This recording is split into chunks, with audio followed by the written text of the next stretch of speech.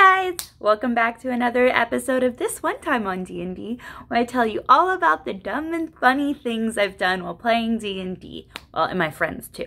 You know, gotta include everybody, gotta make this an inclusive event. This week we're gonna talk about a different version of my Sabina character that I rebuilt for a different campaign I did. This one was for a 5e campaign, so very similar, but like slightly different build. Just because different campaign. But character traits are pretty much the same. It's kind of a selfish asshole at times, but like pretty loyal to her friends, but like selfish asshole. You know, pretty chaotic neutral. She's got a far more fleshed out backstory than the old Sabina though. So this Sabina, she's the daughter of an elven council person on the Council of Umbersea, which is the Council of Telemore that is the elven capital. She is the middle child. She has an older brother named Tal and a younger sister named Selena. Her dad's name is Talos and is a complete dickhead, and her mom's name is Faye. So her mom is the Huntress, which is basically the most powerful non-magical creature in the Elven City, and also happens to be the only non-magical creature that her dad cares for. Because the Elven City is a caste system, you know? Gotta love those caste systems, where druids sit at the top, and at the very bottom are non-magical elves. And they obviously dislike people that aren't elves, so they're just like they're just over there. Go away. But anyway, so her dad likes people with magic, or likes druids, and is disappointed by anything less. And her older brother happens to be completely non-magical. Sabina, being a sorcerer, is like so-so. She's okay, but she could be better. You know that kind of a thing. And then her little sister, Selena, happens to be a druid. Her dad's like pinnacle of perfection. And growing up, before Selena was born, Sabina and Tal both were very loved and respected by their dad. Well,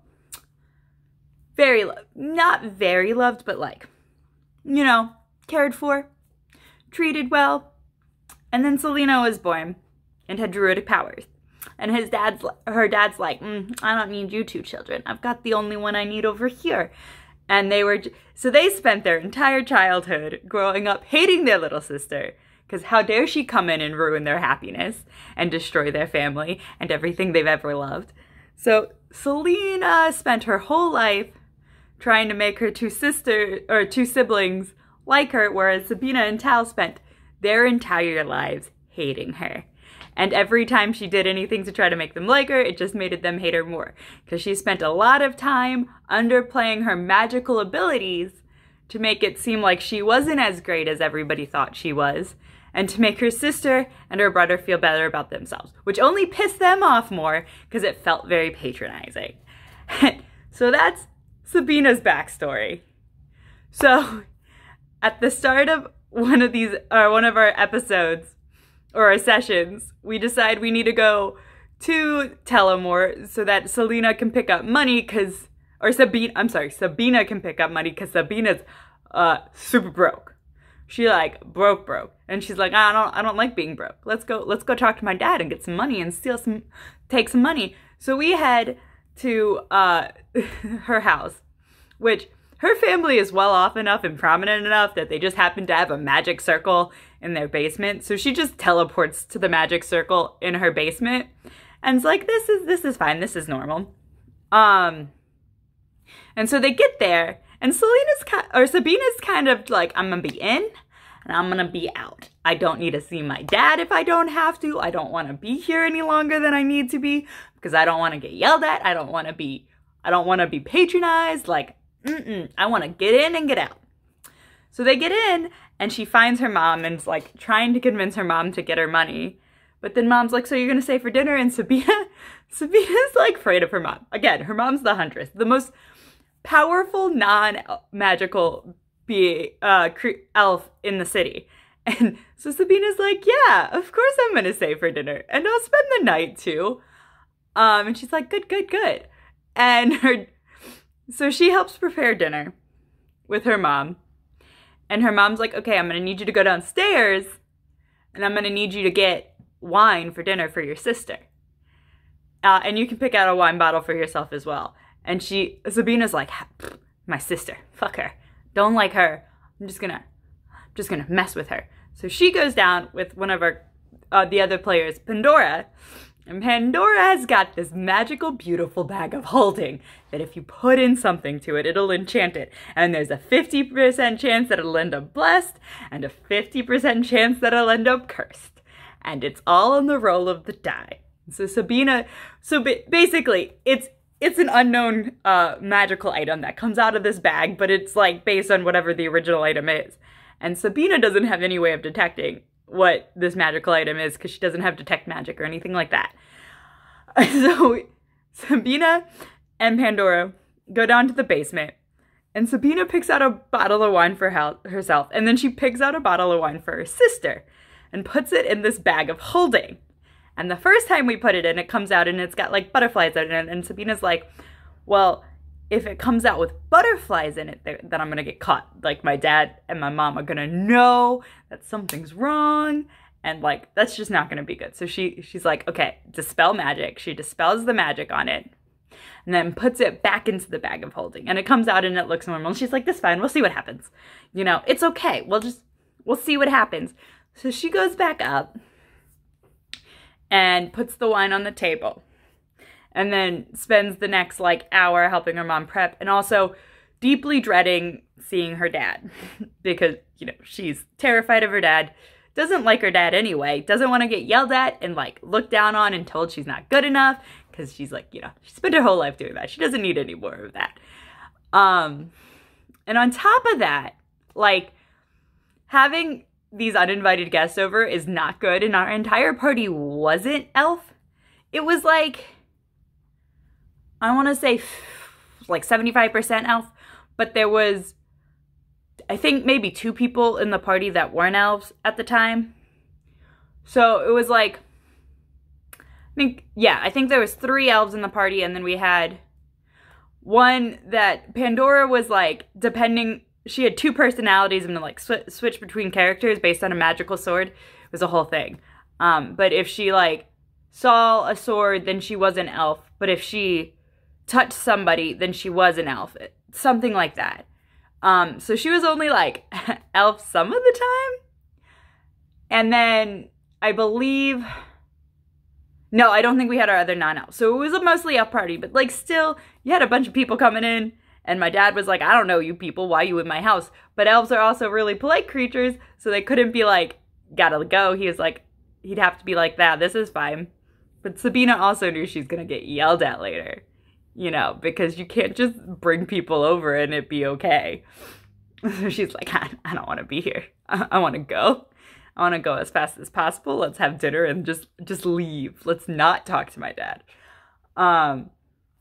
So they sit down for dinner and, you know, they're talking about her sister's her dad's talking, not really, I don't think they actually said much because like, it was just not a thing that was done. So Sabina pours her sister a glass of wine, you know, snickering evilly, and then pours herself one, you know, pretending to like, it was like all normal. Like, I'm not doing anything wrong. I'm not trying to poison my sister. So she pours both her and her sister a glass of wine. And then she takes a sip. Her and her sister both take a sip. And I think we also had one other character in the party take a sip.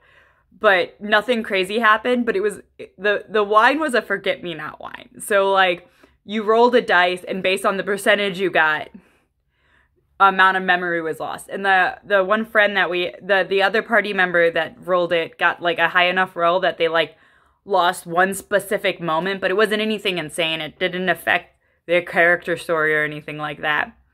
I don't know what happened to my sister. I just know she drank it, but because it's, you know, her memories, we don't get to know what she forgot. When I drank it, and I rolled bad, like pretty bad. Bad enough that I had to forget an entire section of my life. Like a character defining point, a period of time in my life. And so, because it was hilarious story-wise, great character arc, she forgets her entire childhood before her sister is born. So she doesn't remember her dad being a good human, or, excuse me, being a good elf before she was born. She just remembers her dad always being an asshole to her. So she's like, okay, this is normal. My dad's just a dick. It's not my sister's fault. This is who he is. And so she completely forgets that she blamed her dad's entire treatment of her on her sister. And then next thing you know, they're at dinner and she's talking to her sister, and she's like, how are you today? I hope you're having a good day.